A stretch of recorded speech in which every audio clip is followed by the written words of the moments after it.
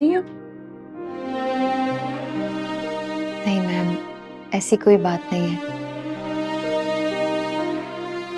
फायजा की तलाक से होती रहेगी, मुझे ताने देती रहेगी। इस बात के लिए तो पीर साहब को पैसे देने नहीं, उससे पैसे लेने चाहिए।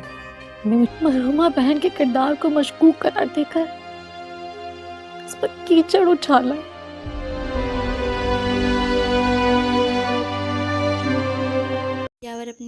यावर अपनी मां के कहने के बावजूद भी फ़िज़ा को तलाक पहुंचा देता है। हालांकि उसने यावर की मां ने उसे बहुत समझाया, लेकिन वो फ़िज़ा को तलाक पहुंचा देता है। तो फ़िज़ा की मां उसे कहती है, तुम क्यों रो रही हो? वो एक गंदा शख्स था। तो फ़िज़ा कहती है, मैं मां इसलिए नहीं रो रही कि उसने मुझे तलाक दे दी है, मैं बल्कि इसलिए रो रही हूँ कि उसने मेरी मरहूमा बहन, जो बहुत मासूम थी, कभी किसी का बुरा नहीं जाना, नवीन, उसके किरदार पे उसने उंगली उठाई।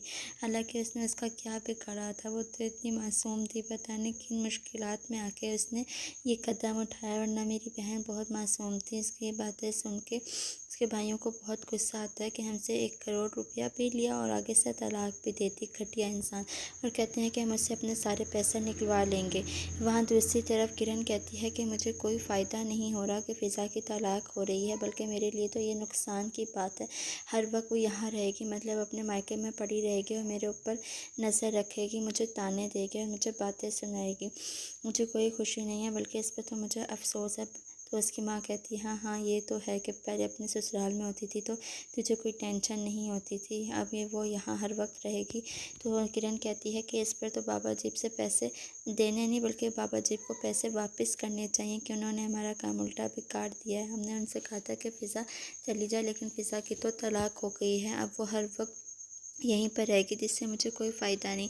वहाँ दूसरी तरफ जब उजाला एनजीओ जाती है तो वहाँ की ऑनर से कहती है कि मैं काफ़ी दिनों से देख रही हूँ कि तुम अपने काम ठीक से नहीं करी, तुम्हारा किसी भी चीज़ में दिल नहीं लग रहा, कहीं ये सब कुछ तुम हमारे प्रपोज़ल की वजह से तो नहीं कर रही?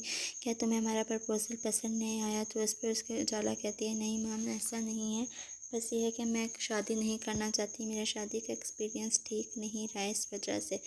वहाँ वहाँ फ़िज़ा अपने भाई सरबाब के पास आती है तो कहती कि मैं अंदर आ जाऊँ। तो सरबाब कहता है, हाँ क्यों नहीं। तो वो अपने भाई से कहती है कि मुझे थोड़े से पैसे चाहिए, मैं जैसे ही जॉब करूँगी तो मैं तुम्हारे पैसे जल्द लौटा दूँगी, बस उधार चाहिए, मैंने अपनी बेटी का एडमिशन कराना है।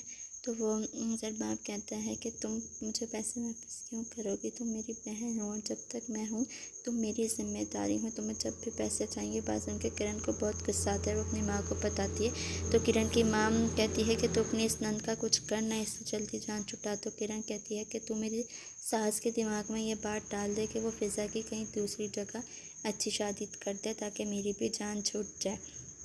वहाँ किरण ये कहकर फारिग होती है और उसका अपनी पुरानी रूटीन फिर वापस शुरू हो जाती है। बाज़ार आना जाना सरबाब आता है तो वो उससे कहती है कि मुझे पैसों की ज़रूरत है, मैंने मार्केट जाना है, मुझे कुछ पैसों की ज़रूरत है। तो सरबाब को बहुत गुस्सा आता है कि मेरी बहन को मरे हुए अभी कुछ दिन ही गुज़रे हैं और तुम्हारी ये पुरानी लाइफ शुरू हो गई है, तुम्हारा मार्केट आना जाना रूटीन लाइफ।